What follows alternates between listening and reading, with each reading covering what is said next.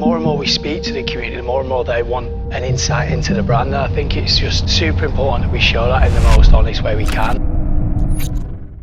I think one of the main reasons why we're really passionate about doing YouTube this year was purely because that's how, when we started the brand, we managed to kind of portray what we were working on and what the things that we're up to. And I think it's more important now than ever. We're on a journey internally ourselves anyway, and we kind of want to involve the customer on that journey and involve, you know, our community on it as well. And the more and more we speak to the community, the more and more they want an insight into the brand. And I think it's just super important that we show that in the most honest way we can. And I think kind of raw documentation and filming what we do behind the scenes, and it not being this kind of super polished video that's, you know, a campaign level video, it's important for them to see what really goes on. And you know, it's not always as glamorous as everyone thinks. I think clothing naturally from the outside world, everyone thinks is this super glamorous industry. And behind that, there is a lot of hard work and there's a lot of stressful days and teams working together, and teams maybe not always agreeing with each other on, you know, opinions and decisions. And I think as we evolve as a brand and as we've elevated over the last few years, we're learning as well, constantly learning every single day, kind of showing that process and the challenges that kind of come with an evolving brand is super important. So this was the first sample sale that we'd done in, well, since 4 or 5 years, where it was an event outside of our own store. We wanted to do something in the city centre. That came with loads and loads and loads of planning that we needed and solutions that we needed to find. I think we had 5, maybe 6 meetings. How many samples do we take? How many rails do we need? What are we going to do additional for the customers that come? How do we support the queues? How are we going to take payment? So there was loads, but luckily we've got experience in opening up our own stores. Once we found the venue and the space was amazing, you know, it had the shopping area, but then also a lounging area as well.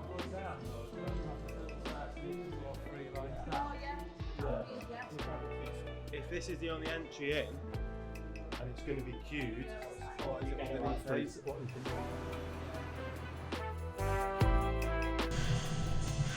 got bags. Barriers, rails have already been loaded in. Mirrors.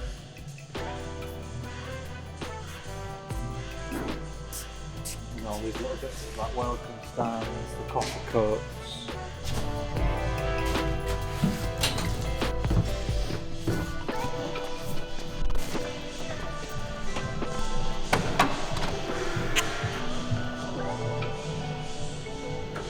So it's on Monday, bank holiday Monday, we've got a sample sale.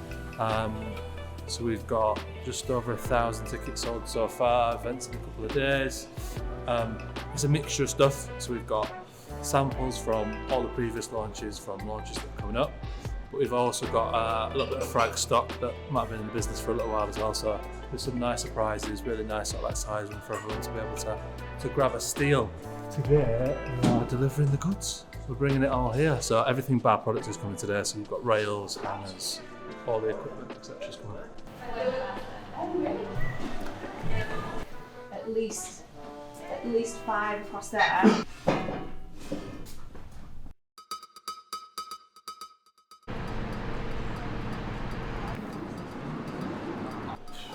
Between 150 200, and we started to snake around the corner, so just trying to keep everyone happy with pastries, brownie. Being the good guy today, Henry. Thank you. For me, looking at, you know, what I expected it to be to kind of what it ended up being, it was just amazing. Like, not for a minute did I expect the queues to be that size. People to, even after queuing that long, to be so nice when they got inside. Do you think you get stressed more than me? No, you used to get. I used to think, no, it's very blasé, mate. Yeah. So I think he's worn off on me now, so I'm kind of just, apart from this quick pause that I'm doing with you now, I just try and work through it and then get everything sorted.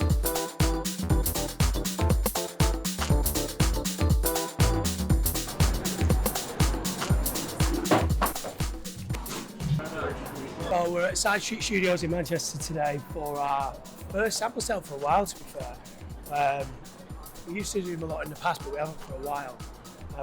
One of the main things we want to do this year is connect with the community a lot more than what we have done in the past. So Yeah, as you can see, that's exactly what we're doing.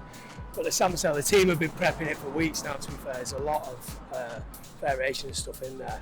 Some stuff that was unreleased and never came out, and then also the sample stages of some of the stuff that's out at the moment. But so far the event's been amazing. We've been chatting to all the people in the queues, all the people inside, and I think everyone's super happy.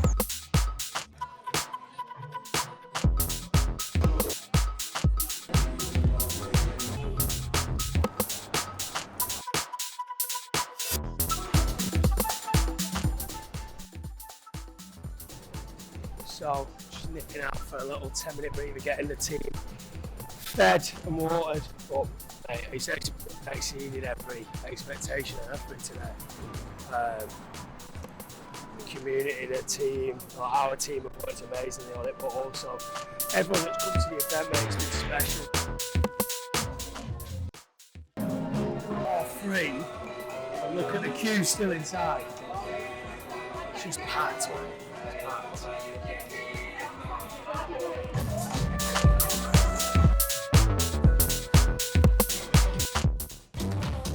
Nearly the end of the day, mate. I'm shattered. But what a turnout! It's been unbelievable. It's been a lot bigger and better than we expected. Obviously, there's a few hiccups. I think the average queue time is about 4 hours. So I think we're going to go back and look at how we can make the event even better next time. Without a doubt, I think again there might be a stage thing where, you know, the loyalty program kind of dictates times when people come and we can kind of do it a lot more fluidly. It was our first one, you know, and sometimes there's always going to be hiccups along the way. But I don't really think there's been anything. I think there's been 1 or 2 people that are annoyed, but as soon as they got inside, they've been buzzing with what they've got. So, like, there was someone here at 5 a.m. this morning, like, what can you do if you turn up at 7 when it doesn't open until 10? You think you're early, but then there's people there at 5, so it's tough. They were there before us. This time we'll be a little bit more organised. Padel, my Padel.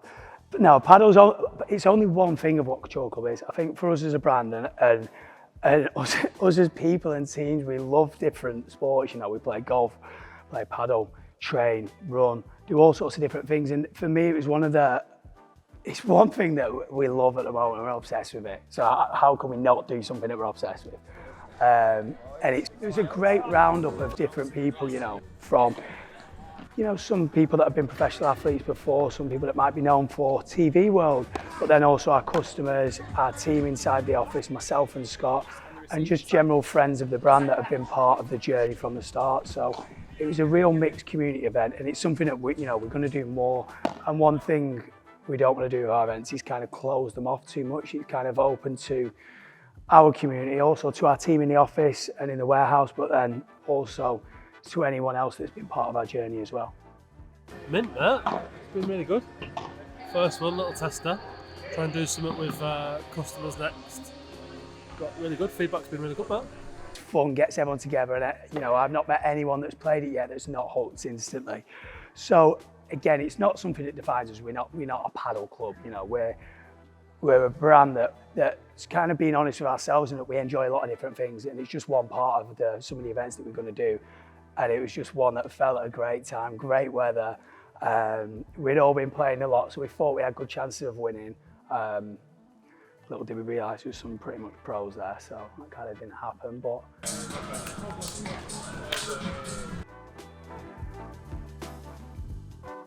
I say this because I'm laughing at myself really, because I had the biggest glass of red wine you've ever seen about 10 minutes before going on stage.